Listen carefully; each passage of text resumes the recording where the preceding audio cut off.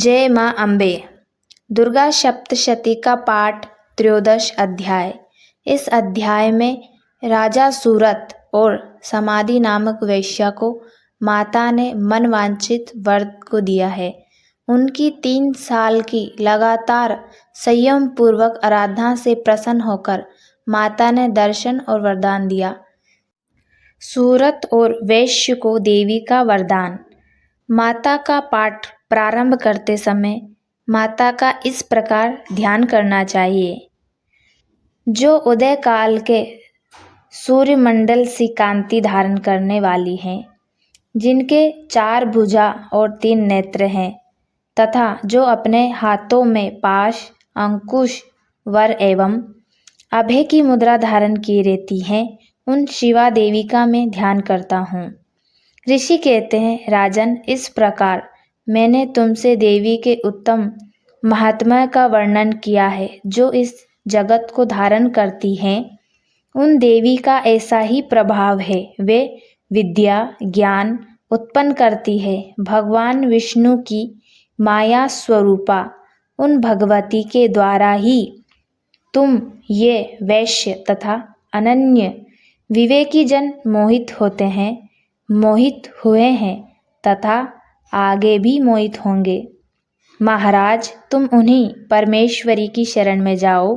आराधना करने पर वे ही मनुष्यों को भोग, स्वर्ग तथा मोक्ष प्रदान करती हैं।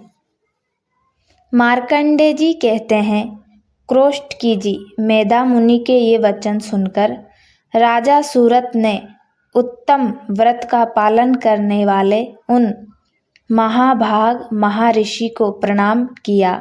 वे अत्यंत ममता और राज्य प्रहन से बहुत खिन्न हो चुके थे।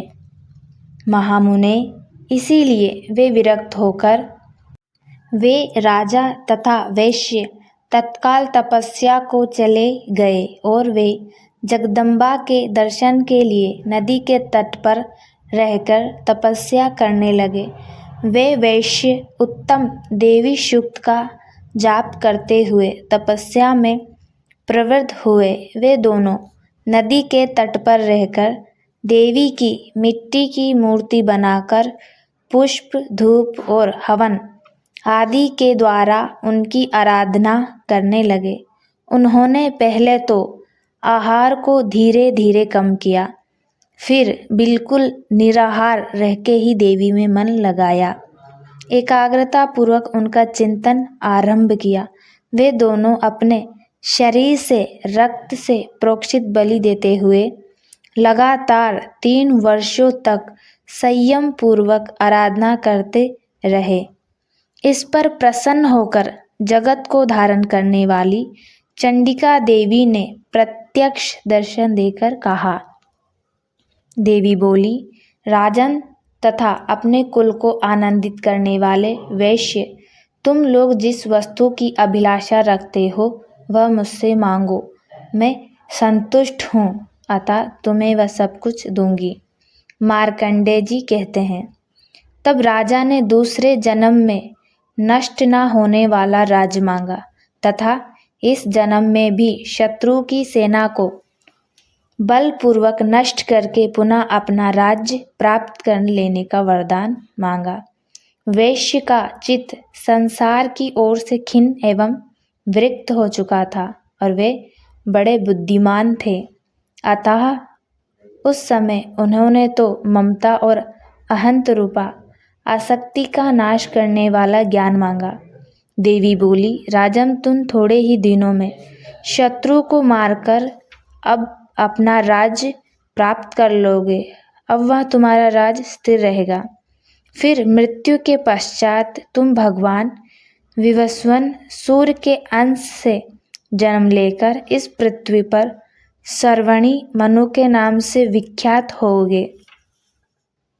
वैश्यवर, तुमने भी जिस वर को मुझसे प्राप्त करने की इच्छा की है उसे देती हूँ। तुम्हें मोक्ष के लिए ज्ञान प्राप्त होगा। मार्कंडेय जी कहते हैं, इस प्रकार उन दोनों को मनोवांछित वरदान देकर तथा उनके द्वारा भक्तिपूर्वक अपनी स्तुति सुनकर देवी अंबिका तत्काल अंतर ध्यान हो गई। इस तरह देवी से वरदान पाकर क्षत्रियों में श्रेष्ठ सूरत सूर्य से जन्म ले सर्वणी नामक मनु होंगे। जय जय श्री मार्कंडे पुराण में सावर्णिक मनवंत्र की कथा के अंतर्गत देवी महात्म्य।